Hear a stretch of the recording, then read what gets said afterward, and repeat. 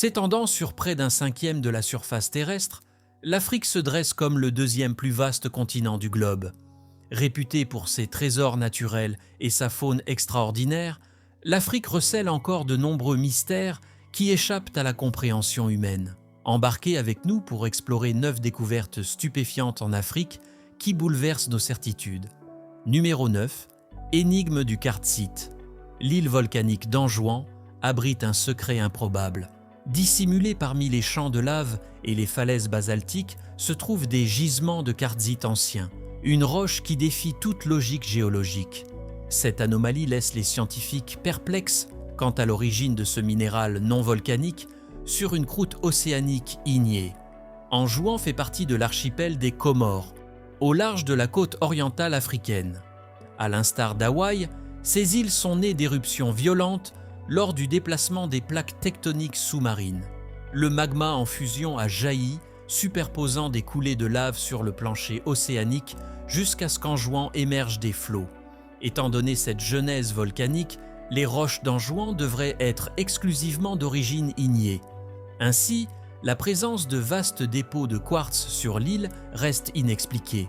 Ce grès métamorphique se forme sous des conditions extrêmes de chaleur et de pression. Pourtant, contre toute attente, les dépôts de quartz constituent désormais la moitié du flanc d'une montagne à Anjouan. Avant de poursuivre cette vidéo, n'oubliez pas de vous abonner et d'activer la cloche de notification dès maintenant. L'énigme s'épaissit en examinant la géologie insulaire. Des affleurements épars de quartzite avaient déjà été répertoriés, mais le massif découvert en 2018 représente le plus important gisement jamais observé. L'équipe de recherche a minutieusement inspecté la zone à la recherche d'indices expliquant cette découverte déconcertante, mais les formations environnantes ne contenaient aucune trace du matériau originel du quartzite.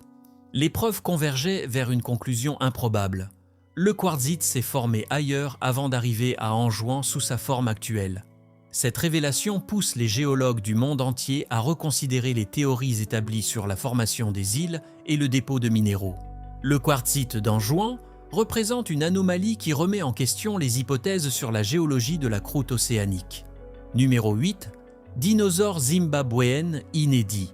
Des paléontologues zimbabwéens ont mis au jour une nouvelle espèce de dinosaure qui bouleverse notre compréhension de l'évolution.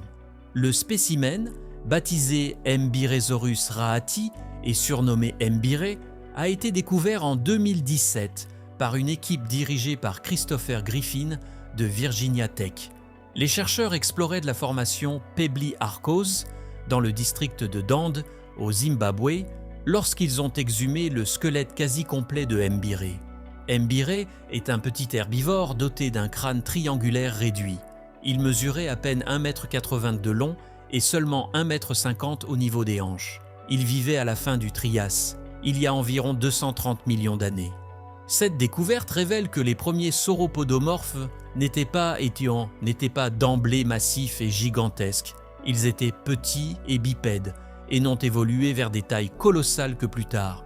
Cette révélation a des implications majeures pour notre compréhension de la chronologie de la lignée humaine, puisque les sauropodomorphes sont les ancêtres des mammifères. La découverte d'un petit sauropodomorphe bipède suggère que les premiers mammifères étaient également de petite taille et bipèdes. Cela signifie que la lignée humaine pourrait avoir évolué à partir d'ancêtres bipèdes de taille modeste, et non de géants quadrupèdes comme on le pensait auparavant. Numéro 7. L'enfant de Taung.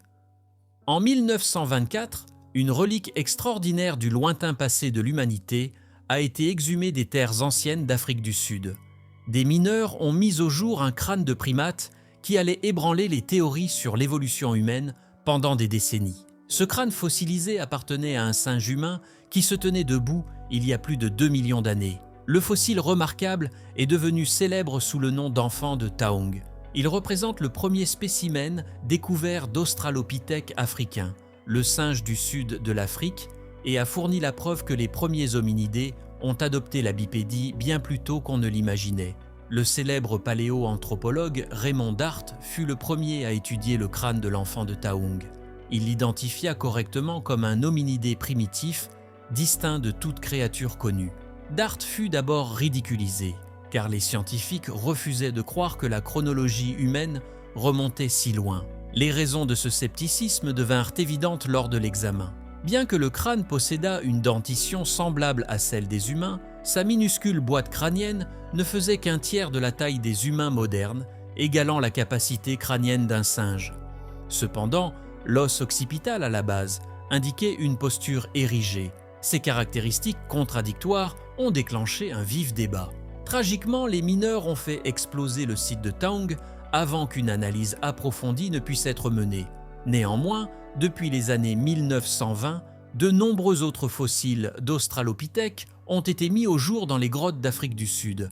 Ces découvertes ont contribué à étayer la théorie de Dart, selon laquelle la bipédie a précédé l'augmentation de la taille du cerveau dans le passé brumeux de l'humanité. Numéro 6.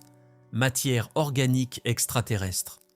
Dans les anciennes montagnes, Makonjwa d'Afrique du Sud, une fine couche rocheuse recèle un secret primordial.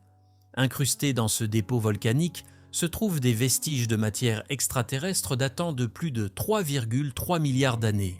Cette découverte stupéfiante bouleverse les scientifiques et alimente le débat sur les ingrédients extraterrestres impliqués dans le développement primitif de la vie. Les montagnes Makonjwa abritent l'une des formations géologiques les plus anciennes de la Terre. Dans ces falaises millénaires, les chercheurs ont identifié une fine bande rocheuse présentant des signes révélateurs d'une origine extraterrestre. Grâce à la microscopie électronique et à la spectroscopie, deux composants extraterrestres distincts ont été mis en évidence. L'un s'apparente aux composés organiques trouvés à l'intérieur de météorites datant de la formation du système solaire. L'autre consiste en des nanoparticules cristallines riches en nickel, chrome et fer, rares dans les roches terrestres. Les chercheurs ont démontré de manière irréfutable que ces deux substances se sont initialement formées hors de notre planète. Mais comment ce matériel extraterrestre s'est-il retrouvé piégé dans cette fine couche rocheuse? Les scientifiques débattent actuellement de deux hypothèses. La première évoque une pluie de météorites cataclysmiques ayant introduit des organismes extraterrestres sur la Terre primitive. La seconde imagine un apport progressif de micrométéorites déposant des molécules au fil des éons. Quelle que soit la théorie retenue, ces fossiles de la formation de notre système solaire remettent en question l'idée que la vie a évolué uniquement à partir de la chimie terrestre. La découverte prouve que le développement de notre planète a subi des influences extraterrestres dès ses débuts. De plus, ce dépôt extraterrestre fournit la plus ancienne preuve directe que le bombardement de météorites a contribué à la genèse de la vie. Des matériaux cosmiques contenant des composés organiques complexes sont arrivés précocement, étayant leur rôle dans la transition de la géologie vers la biologie. Numéro 5. L'énigme des cercles de fées namibiens. Disséminés sur les plaines arides de Namibie se trouve un mystère ponctué. Des milliers de cercles de fées dénudés parsèment les prairies désertiques. Ces étranges anneaux interrompent le paysage et mesurent entre 2 et 23 mètres de diamètre. Leurs origines ont inspiré des légendes de dragons et de divinités, mais la science propose deux théories naturelles concurrentes pour expliquer ces formations énigmatiques. Le folklore local attribue les cercles au souffle incandescent d'un dragon ayant calciné la végétation. D'autres affirment que ces zones dénudées résultent des danses cérémonielles des dieux sur la terre. En l'absence de preuves scientifiques, des mythes imaginatifs tentent de combler le vide de connaissances. Dans le désert namibien, les précipitations annuelles n'excèdent pas 1,3 cm. Pourtant, des herbes résistantes survivent en développant des systèmes racinaires profonds pour capter l'humidité du brouillard. Alors, qu'est-ce qui provoque ces taches régulières de sol nu où seule la poussière subsiste? Les chercheurs ont initialement émis l'hypothèse que des termites consommant la végétation autour de leur nid souterrain étaient à l'origine des cercles. Une théorie alternative suggère que la compétition entre les plantes pour les ressources hydriques souterraines crée ces lacunes stériles lorsque les herbes les plus faibles périssent. Les deux camps présentent des arguments convaincants, mais la modélisation informatique montre qu'aucun des processus n'explique pleinement le motif hexagonal et l'uniformité de taille observée. Le mystère s'est approfondi avec la découverte de cercles similaires en Australie. Une équipe de recherche a finalement démontré que les deux mécanismes se combinent pour former les cercles de fées. Résoudre complètement cette énigme reste un défi scientifique avec de nombreuses questions en suspens. Numéro 4. Pierre céleste. En 1990, un géologue italien a mis au jour une pierre bleue déconcertante en Sierra Leone. Angelo Pitoni a entendu parler de cet étrange minéral par un chef local qui affirmait qu'il était tombé du ciel.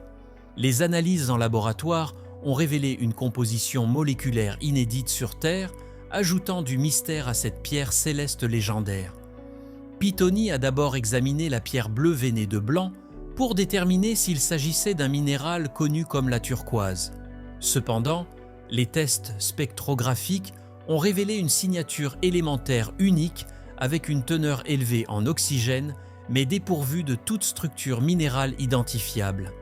La pierre a laissé les experts perplexes. Les minéraux bleus communs comme l'azurite ou le lapis lazuli conservent une couleur bleue uniforme une fois broyés. Mais la pulvérisation de la pierre céleste a complètement fait disparaître sa teinte bleue.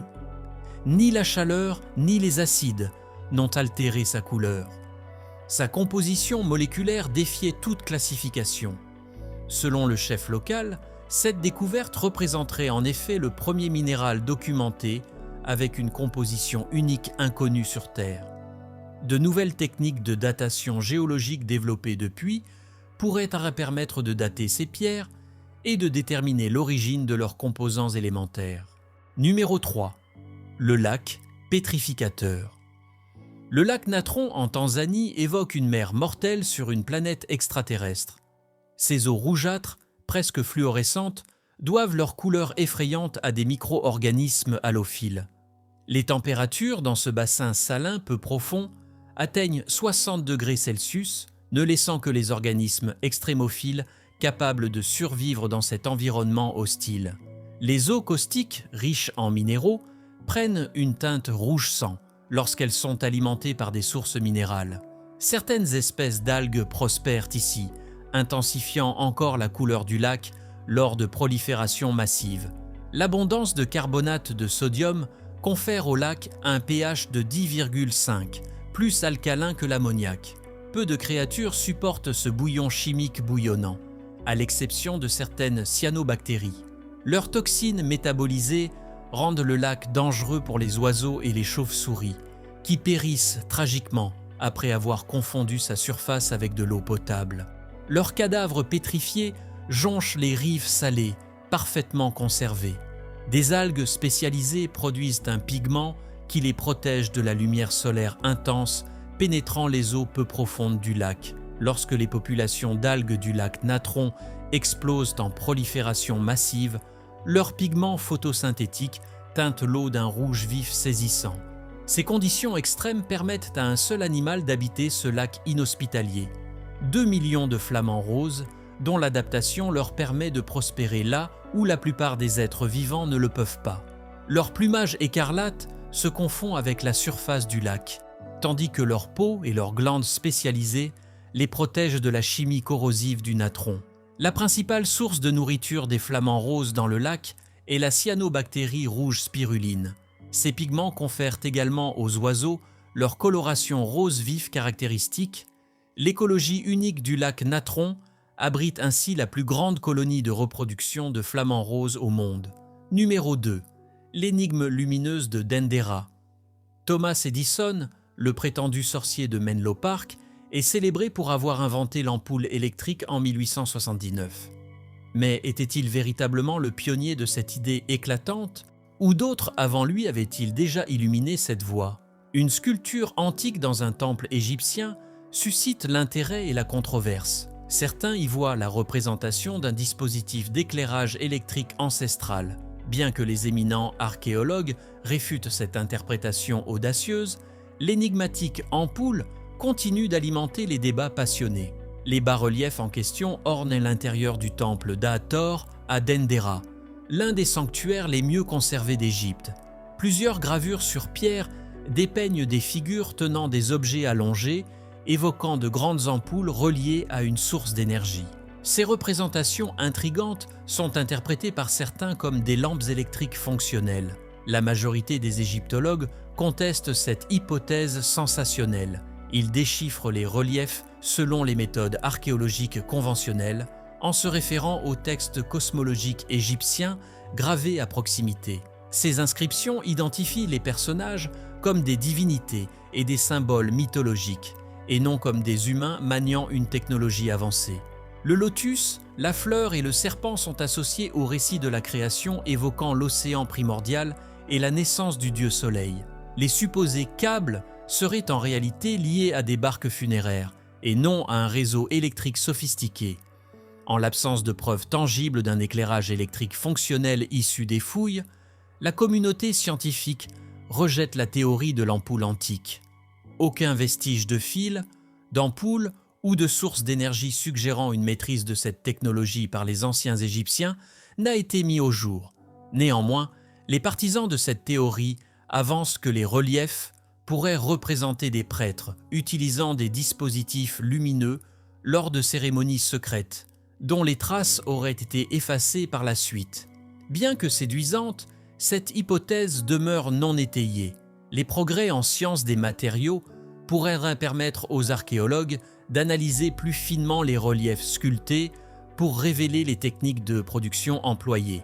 Cela pourrait déterminer si des méthodes de travail plus avancées ont été utilisées, suggérant une sophistication technologique supérieure aux attentes actuelles. Numéro 1. Homo naledi, un nouvel acteur dans l'histoire humaine. Quelle révélation pourrait surpasser la découverte d'une nouvelle espèce humaine?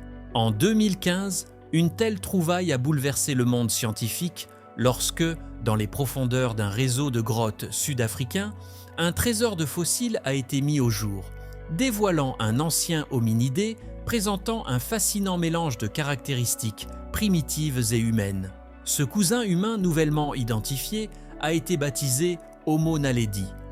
Les vestiges d'au moins 15 individus ont été découverts entassés dans une chambre souterraine, d'accès particulièrement ardu, surnommée la chambre des étoiles. Leur disposition suggère un comportement rituel jusqu'alors considéré comme l'apanage des humains modernes et des néandertaliens. Les pratiques funéraires de l'Homo naledi constituent donc une révélation scientifique majeure, remettant en question nos conceptions sur l'évolution de la cognition humaine. L'Homo naledi présente une combinaison surprenante de traits anciens et modernes. Ses mains, ses pieds et ses membres partagent des similitudes frappantes avec les nôtres, mais sa boîte crânienne ne mesure que 560 à 610 cm3, plus réduite que celle d'un gorille.